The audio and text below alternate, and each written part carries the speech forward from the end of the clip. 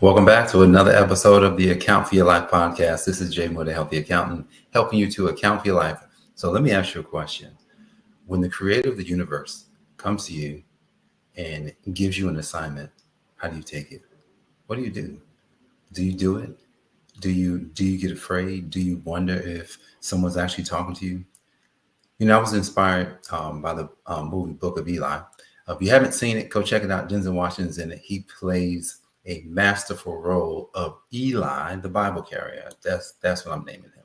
So, and I just want to kind of give some understanding, some context to faith. And the movie really shed some light on what God is doing in my life. And I want to share that with you today. Hopefully, you know, what I share today will help not just you, but it really will help your soul and everything that you know that you have to do in this life. So a few years ago, I wrote this book. It's called Next Level Faith, Moving Mountains in Uncertain Times. And God called me. God said, hey, I want you to write a book and I want you to write it on faith. And I said, well, who am I? Like, come on now. There's tons of pastors. There's tons of evangelists and people that have way more knowledge about the Bible, probably about faith than I could ever have. And see, the thing is, when God gives you an assignment, it's uniquely for you, and it doesn't really have anything to do with anybody else. I was afraid. So that question that I just posed to you about, you know, what would you do or how would you respond? I'm going to tell you how I respond initially. Initially, it was just like, oh, I don't think I can. See, how does it really work to walk by faith? That's the question we're going to ask today. And something interesting happened right between 4 o'clock this morning and 6 a.m. this morning. And it blew me away because I had heard this concept. I know about this concept. I even have probably used this concept many times, but it was something different today that when I woke up, I wasn't trying to do it, but it was almost like the mission came clear. And it says, look, it didn't have anything to do with my mission. And I'm going to share, listen, do not leave this broadcast or podcast, because what I'm going to share with you today in this video, it's going to seem oversimplified because you've heard it before. But I think I'm going to say it in a way that's going to stir up something within you that's going to help you. Going to help you to see how faith really works.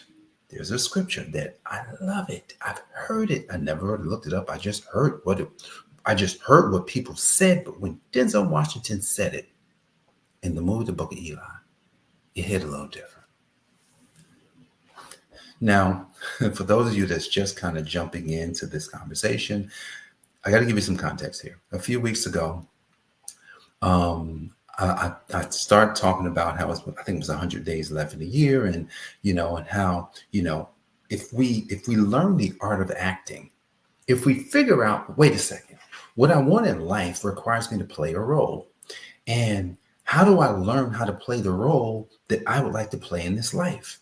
And I said, well, why don't we go back and look at some actors? Let's go and look at your favorite actor, study the movies that they've done, look at the parts that they've had in those movies, and then really dig into it to figure out, well, what was really happening and how can I use it?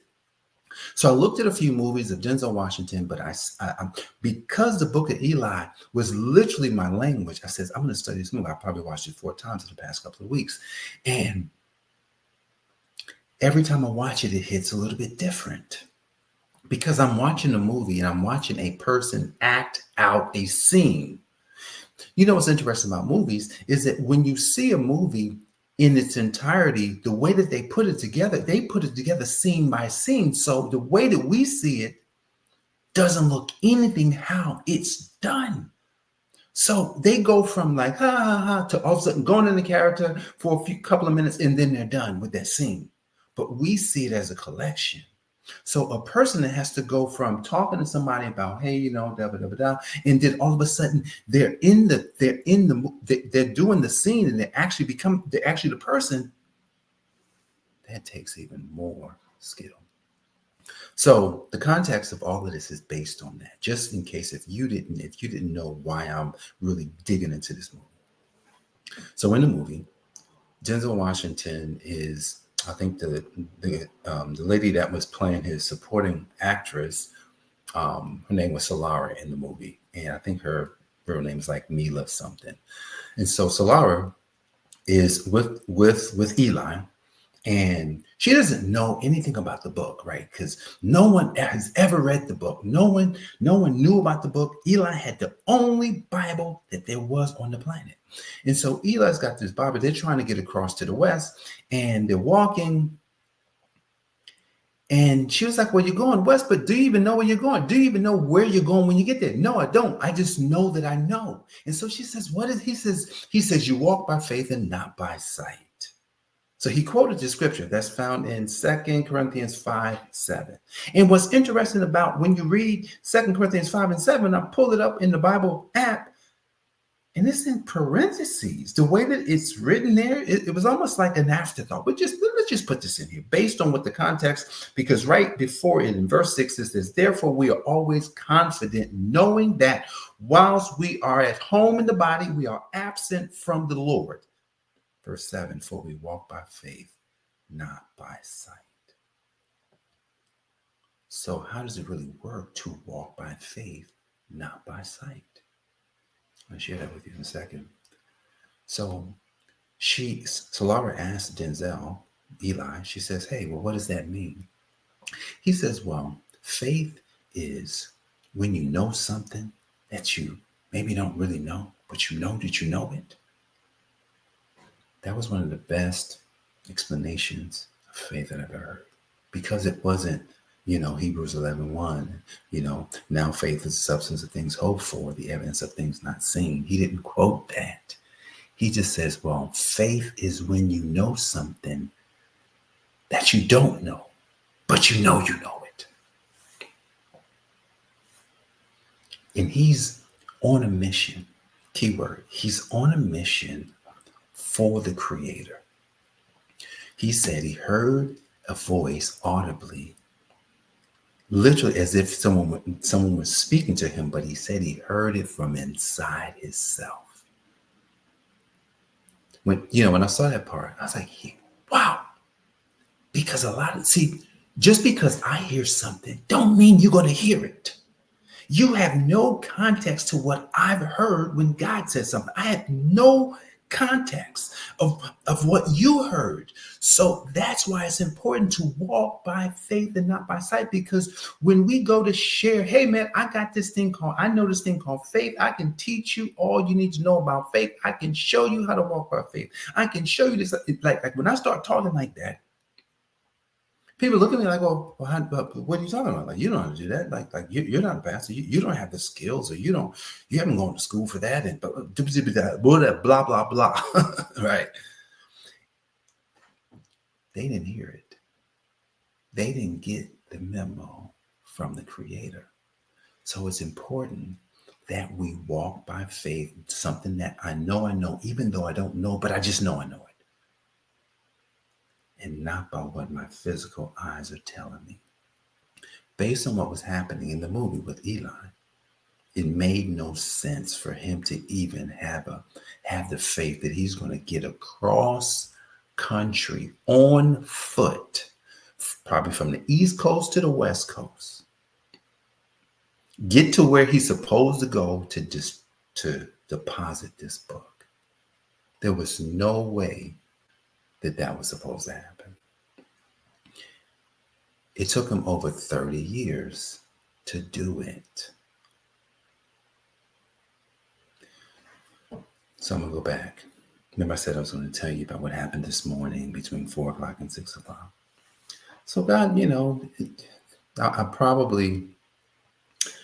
I'm becoming more and more aware of what God is doing in my life. Like I'm still a work in progress. So I'm not perfect. I'm so flawed. And I'm hard-headed. God wakes me up every morning. He wakes me up every morning without fail. I don't think there's mornings that I don't wake up at 3 o'clock or 4 o'clock. And I'm like, well, that's not the time I'm supposed to get up. Like if I went to bed at 11 o'clock and it's 3 o'clock, why am I ain't getting up at no 3 o'clock. That's what I'm saying in my head. Like I'm not getting up. But then there's some mornings where it's just like, I can't go back to sleep. So this morning, I turn over and I look, oh man, it's 4 o'clock. Damn. All right. And I'm kind of like, because I don't want to keep my eyes open. If I keep my eyes open, I may stay awake. So then I'm sleeping. I have my eyes closed. And all of a sudden, he starts showing me how to walk by faith. He says the first thing you got to do is remember all the stuff you already got. What do you already have? What have I already given you? So let's think about what this is. Before I really can walk by faith and not by sight, I have to become aware of all of what I've already been given, no matter how small it is. That's called, you heard it before, gratitude. But we're going to move that out of the way because that's part of the problem. You've heard you got to have a gratitude journal. You've heard that you got to be thankful. This is different. You just got to remember, my toes are moving. My nose is working. My ears are working. I don't even know how they work. My body somehow turned on. It was turned off while I was asleep. My eyes are working. What is that? Wow. I can feel this. My muscles are here. My arms are here. My legs are here. Like I got a neck. I got a head. I've got eyebrows and I've got hair coming out of my head. I've got muscles. Oh my, wait, huh? I got blood running through my veins. What? There's so much air. Oh my goodness, I can breathe. We ain't even got started yet. I've got this family member and that family and this friend and that friend and this class and that class and this school and this degree and this money in the bank and this money in the stock market. Like I'm like this business and that business and this partner and and you can go on. This son, this daughter, this wife, this husband. Like you go on and on. I came through yesterday. Oh my goodness. Like the millions of things you've already been given. Why don't you count them every day? And God had me. It was so many things. It was overwhelming because it's God. I'm like, Creator. Like, He says, yeah. I want you to think about everything, so that it's easy to walk by faith and not by sight. It's easy because it has nothing to do with what's in front of me. It has everything to do with what's behind me. I love quoting Philippians 3 and 14. It says, forget the past, press toward the prize of the high calling. Now, the high calling, the problem that many of us have had with the high calling is it's hard to forget the past because we keep pinpointing all the things in the past that are terrible. But when we pinpoint all the things that the creator of this universe has already done in us, through us, for us, the things that we've never seen, pressing toward the high calling, that is outstandingly easy. I sat there in the bed this morning. I don't know, well, how did I get here? See, you got to check something out. See, God will use, the creator of the universe will use any means necessary to get his point across, to deliver to you and to me exactly what we need to know and how we need to know it. So here I have this book, Next Level Faith, Moving Mountains in a Certain Time. We did a quick talk about the first chapter yesterday. But then when I said, well, let me look at what's in the second chapter, because we're walking by faith and not by sight today. And I turned, I says, oh my goodness, there's a story in here of a guy named Charles Blondin. Shout out to my friend Simona Watts, who contributed to this book. She contributed to the moving mountains in uncertain times with a delivery and understanding of what a faith, blindfolded faith looks like. And she told this story of Charles Blondin. I'm not going to tell the whole story. I'm just going to kind of give you some cliff notes. You can go look the story up. It's something you can find. Charles Blondin, Niagara Falls. Charles Blondin went across the Niagara Falls on a tightrope. Yeah, he went across the Niagara Falls on a tightrope, and no one thought he could do it. He practiced. He was the world's, foremost expert at going across the tightrope. And I'm not telling the whole story. I'm just giving you some cliff notes. He goes across and he does it. This is where it gets really interesting when we walk by faith, not by sight. He has a daughter, and his daughter trusts him immensely. Blondin says, I'm gonna push a wheelbarrow across. What was it at? It wasn't Niagara Falls. I think it was. Let me check that one. He pushed a wheelbarrow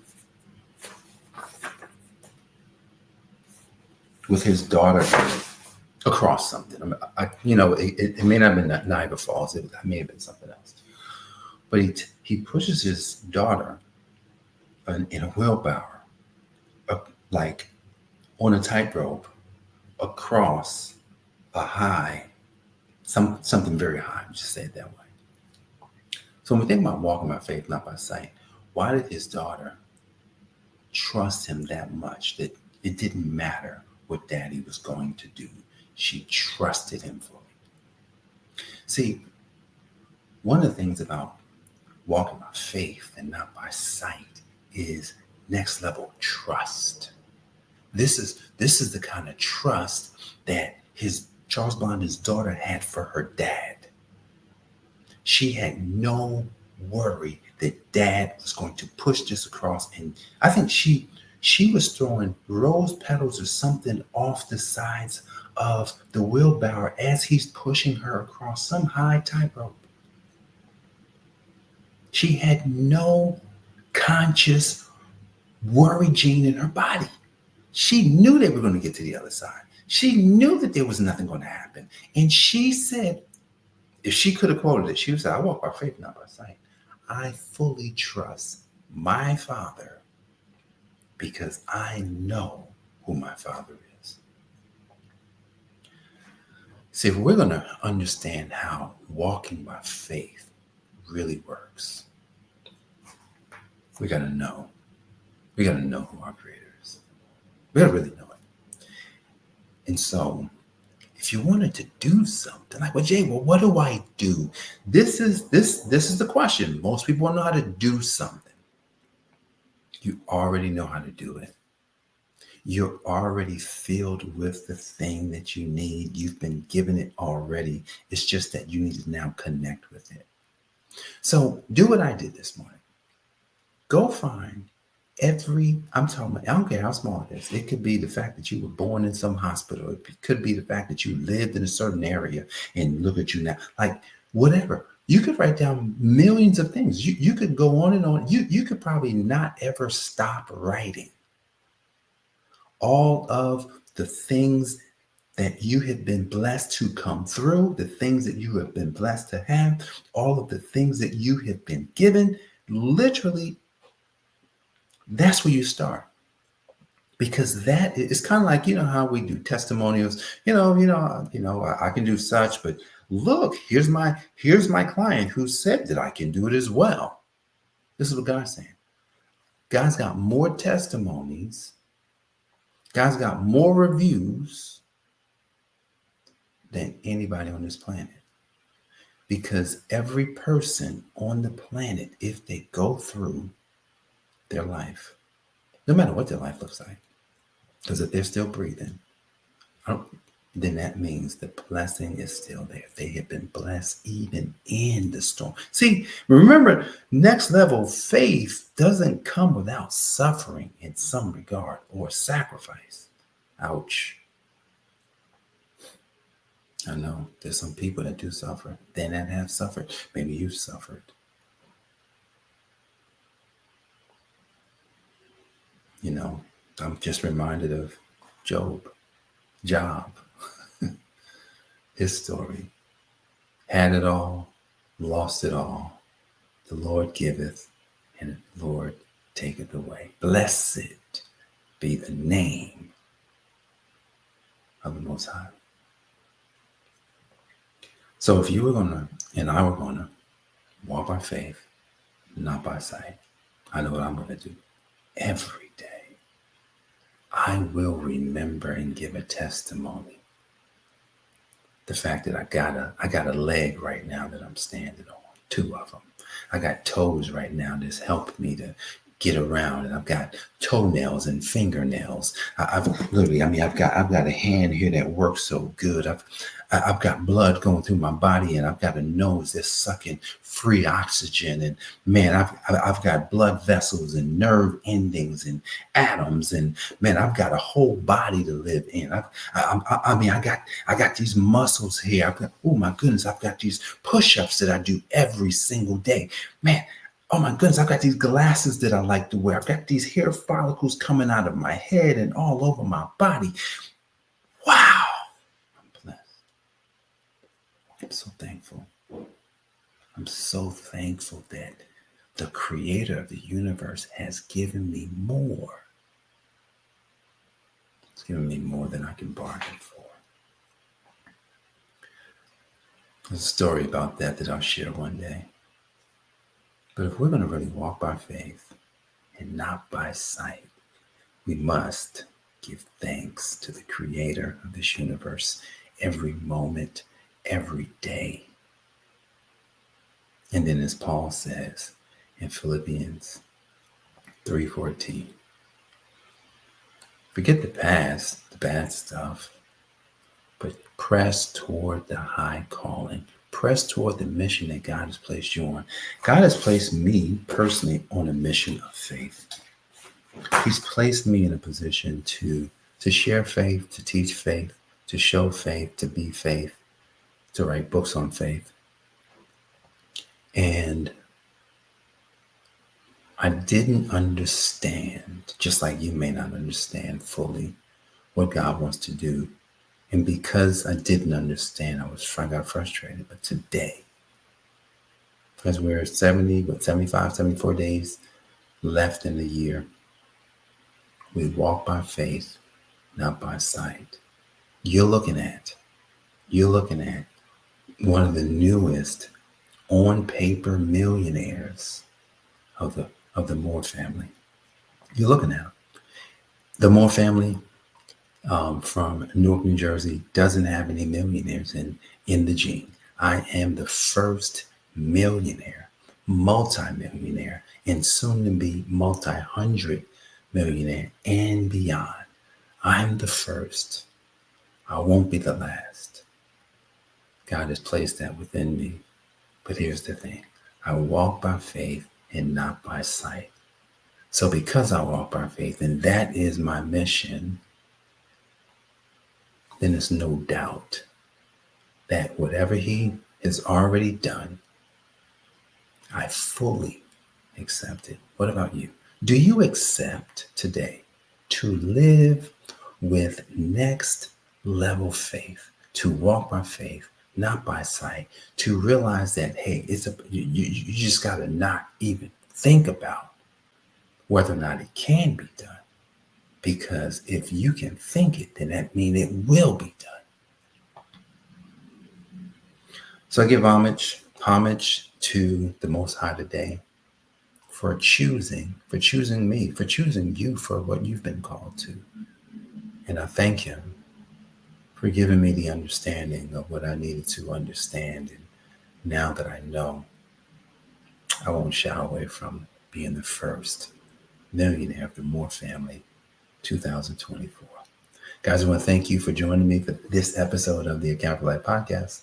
This is Jay Moore, the Healthy Accountant, the first millionaire of the Moore family, 2024. God bless. I'll see you on the next one.